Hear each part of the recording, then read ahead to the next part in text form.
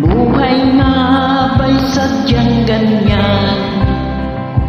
Ang hirap ay di natin maiwasan.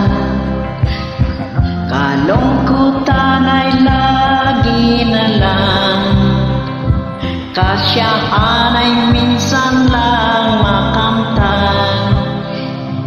O buhay, kahit sa mga mayaman ay di lubos ang kanilang kasiyahan.